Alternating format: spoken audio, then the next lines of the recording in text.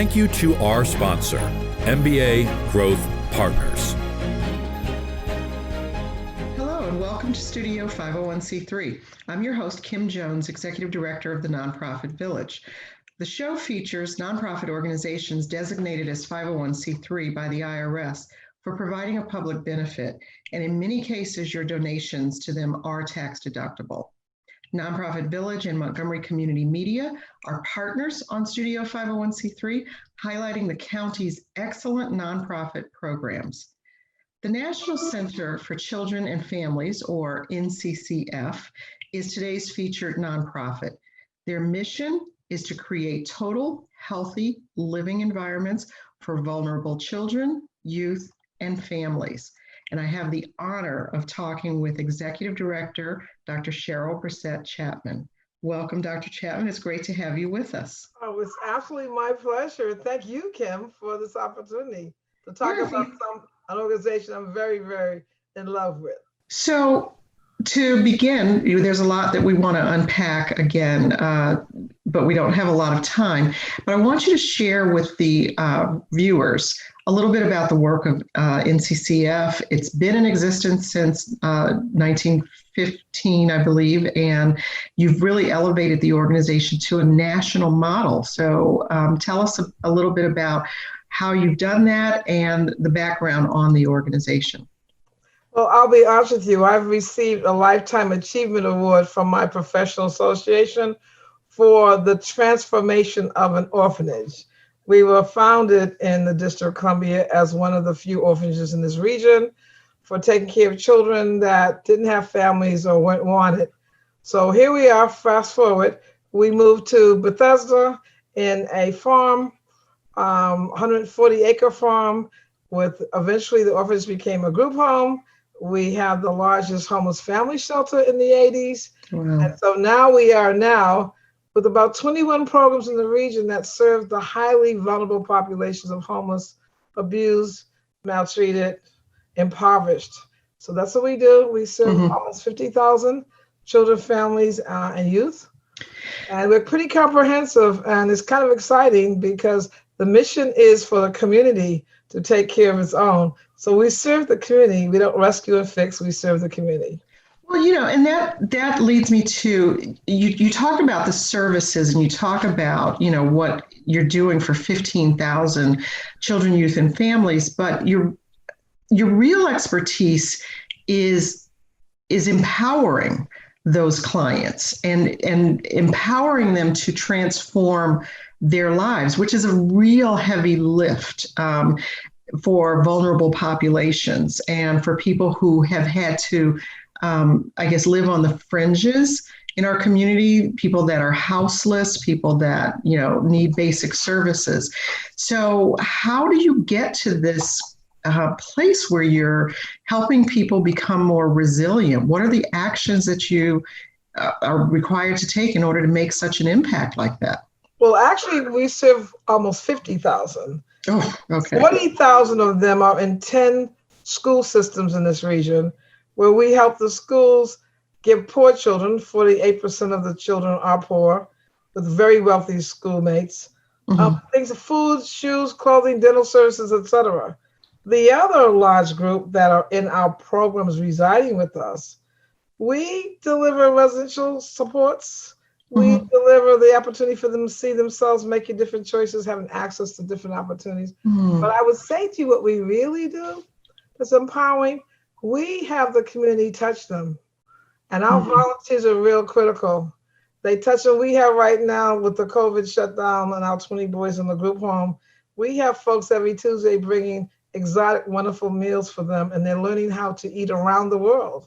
Wow. Volunteers are so there, recreation, tutoring, support. What's the message?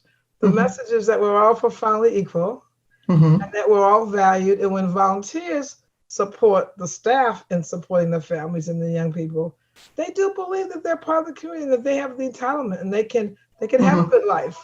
Well, that brings me to, because we're going to take a short break in just 30 seconds, but because you're doing all of these things, can you name some of the partners that you also, have brought in to work with you in order to provide what you do in order to do the empowerment?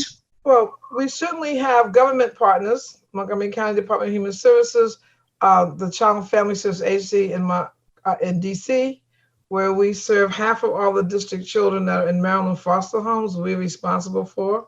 Mm-hmm. So we partner with government agencies. We also partner with churches. We partner with corporations whose whole teams come and do back to school fundraising or back to school packing, who give gifts to the young people.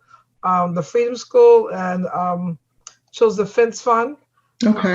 Right, Edelman. So we have partners in all kinds of places. The schools and the internships, the police districts in DC. And I think that's what's gotten you.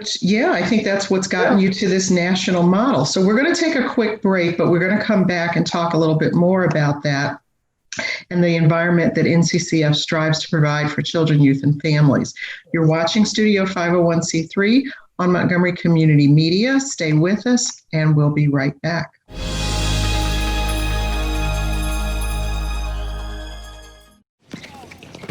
Welcome to my block party. Glad you can make it. The only triple doubles you get come with fries. Last time you blocked someone, you were online. I can do this all day. Your moves are just gay. Using gay to mean dumb or stupid, not cool. Not cool. Not in my house, not anywhere. It's not creative, it's offensive to gay people. And you're better than that.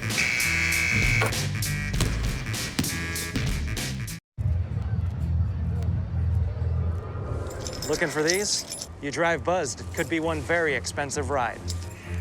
First, you gotta make bail. Then pay me to get your car back. Your insurance premiums will go through the roof. And my legal fees just keep adding up. All told, it could end up costing you $10,000. Nothing kills a buzz like getting pulled over for buzz driving, because buzz driving is drunk driving. Turning a 20-foot wall into a canvas takes vision. So will getting into college. I've got what it takes. So do you. But it would be safe to keep your distance until there's no secret that makes you smile. Reliable sources say that chicken soup has found their way out of this dangerous, but they are returned.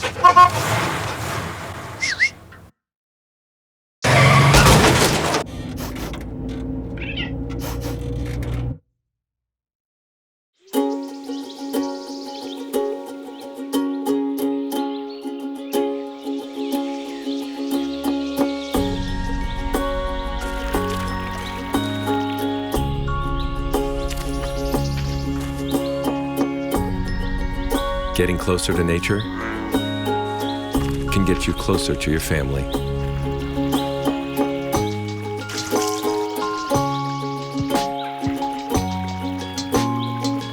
Go to discovertheforest.org.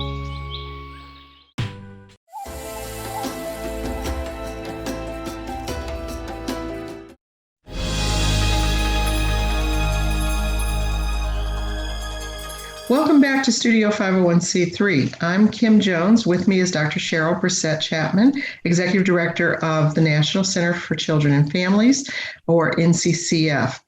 So thanks and welcome back again. We were talking about the partnerships that you have in the community that's made you a national model. Something else that I know is personally very important to you is the issue of equity. And bringing equity to your work with these families that you are empowering. So talk to me a little bit about how you are ensuring that that happens in the service delivery, that all of the families that need access to the programs, the services, the whole empowerment spectrum are able to access. Well, as you know, Kim, I'm an African American woman, and one of the few that direct and lead this kind of major operation. Mm-hmm. So coming from the Deep South and growing up and going north, et cetera, it's a personal journey, but it's also my professional obligation to seek fairness. Social, that's what we do, fairness. So when we look at the folks that we serve from a diversity perspective, I know personally what it means to have folk underestimate my intelligence or my competency, suspect that I'm not going to be honest, or I'm going to be aggressive, or I'm going to be non-caring. I mean, the stereotypes abound, and they're with a lot of folk that we serve, be it sexual orientation, be it race, be it gender, age, class. And so that's a very big, important piece. So the staff that we recruit in the training, this is a learning organization, they get trained a lot to have authentic, open conversations about difference.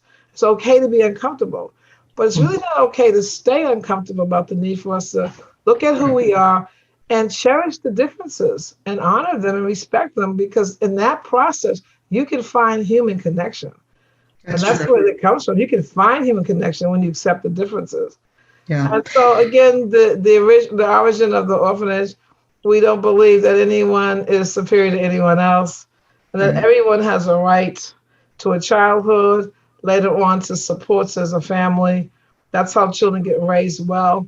So I think it's our philosophy. So we're always looking at how we break down barriers. And the line staff are the most critical people because they work directly with these relationships, and they tell us what's in the way and what's not fair. Okay.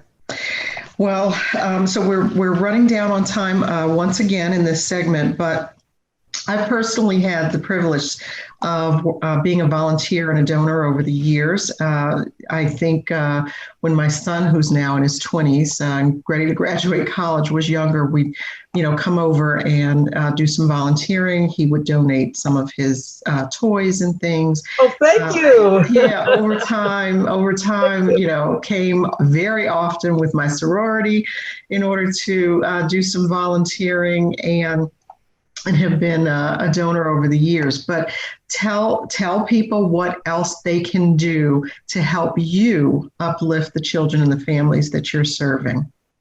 Well, I think the first thing is be curious and be interested in who we are and what we do and what we need, because it changes across all the different programs. It might be food, it might be a card, a gift, it might be in the COVID, it might be showing up with a contactless interaction, but care. We have a volunteer director, Dolly 11.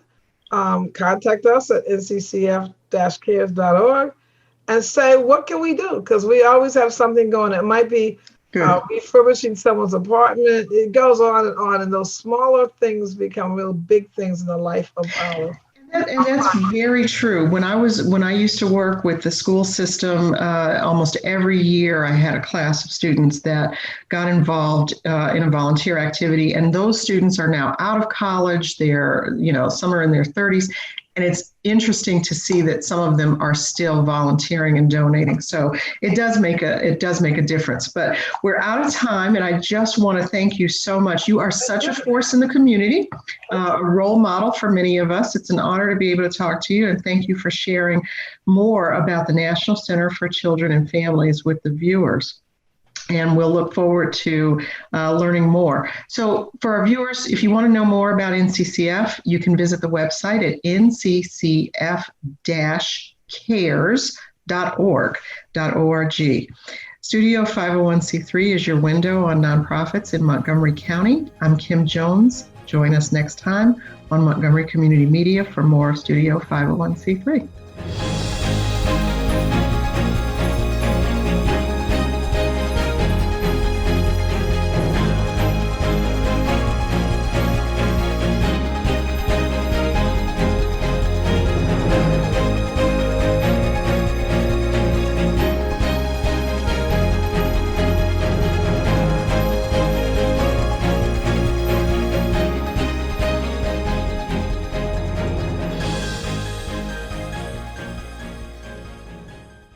Packers, Vikings, Red State, Blue State. We come from different places. Uptown. But when we live united, we create real lasting change in the education, income, and health of our country. United. Real change won't happen without you. So give, advocate, volunteer, live united. Sign up at liveunited.org.